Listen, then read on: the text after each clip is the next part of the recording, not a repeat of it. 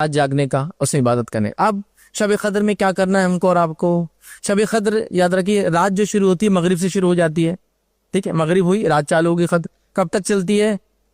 فجر کے ہونے تک، مطلب ابھی یہ زمانے میں آپ سمجھ لیجیے سحر کا آخری وقت قدر کا آخری وقت ہے،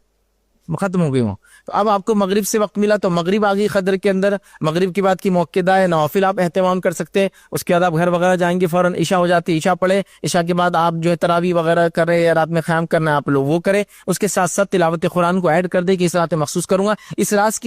رات کی خاص دعا ہے اللہم انک عفو تحب العفو فاعف عنی، یہ دعا کو خاص اہتمام کرے اس رات کے اندر۔ یاد ہے چھوٹی سی دعا ہے، کہیں بھی آپ کو دعاؤں کی کتاب میں مل جائیں گی، اس رات میں یہ دعا سنت سے ثابت ہے، اللہ کے رسول نے خاص کہا کہ یہ دعا اس رات میں کرنا چاہے، اللہم انک عفو، اے اللہ تو معاف کرنے والا ہے، تو العفو اور معافی کو پسند کرتا ہے، فاعف عنی مجھے معاف کر دے اس رات، ٹھیک ہے۔ تو یہ دعا کا اہتمام خاص طور سے اس رات کے اندر کرنا ہے۔ اس کے علاوہ اور کیا کرنا ہے؟ دیگر دعاؤں کا اہتمام بھی اس رات کو آپ کو کرنا ہے،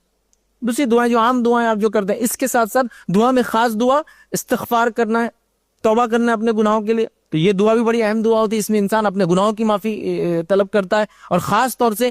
عام دنوں میں بھی جو سحر کا وقت ہوتا ہے اس کا استغفار اللہ پسند کرتا ہے، اور مومنوں کی صفت قرآن نے بتائی کہ وہ اسحار سحر کے اندر استغفار کرتا ہے، تو خاص طور سے قدر بھی اگر ہے تو سحر کا جو وقت ہوتا ہے خاص طور سے استغفار کا اس میں اہتمام کیجیے، یاد رکھیے، ٹھیک ہے۔ صدقات اور خیرات کا اس رات میں اہتمام کیجیے، یاد رکھیے خاص طور سے، چونکہ بڑی افضل رات ہے، اور صدقات اور خیرات بھی ایک مالی عبادت ہے، زکوٰۃ وغیرہ تو فرض ہے وہ کبھی بھی دیجیے، وہ مسئلہ نہیں اس کا، لیکن صدقات اور خیرات خاص عبادت ہے جو الگ سے انسان نفلی کرتا ہے، تو ظاہر سی بات ہے اس کو آپ شب قدر کے اندر بھی مستحقین کو ڈھونڈ کر کھانا کھلانے کی شکل میں، کپڑے پہنانے کی شکل میں، راشن وغیرہ مدد کی شکل میں، اور کئی مصیبتیں اور پریشانیاں لوگوں کی بھائی دیکھیے تلاش کرے اور جائے ان کو اہتمام کرے کہ ان کو ڈھونڈ کر وہ چیز کو دینے کی جو ہم کوشش کریں۔ اس طرح سے جو ہمیں کوشش کرنا چاہیے کہ اس رات میں جتنے ہو سکتے زیادہ سے زیادہ اعمال کرنے کی ہم کوشش کریں، لیکن بڑی افسوس کی بات ہے، یاد رکھیے قدر بھی آتی ہے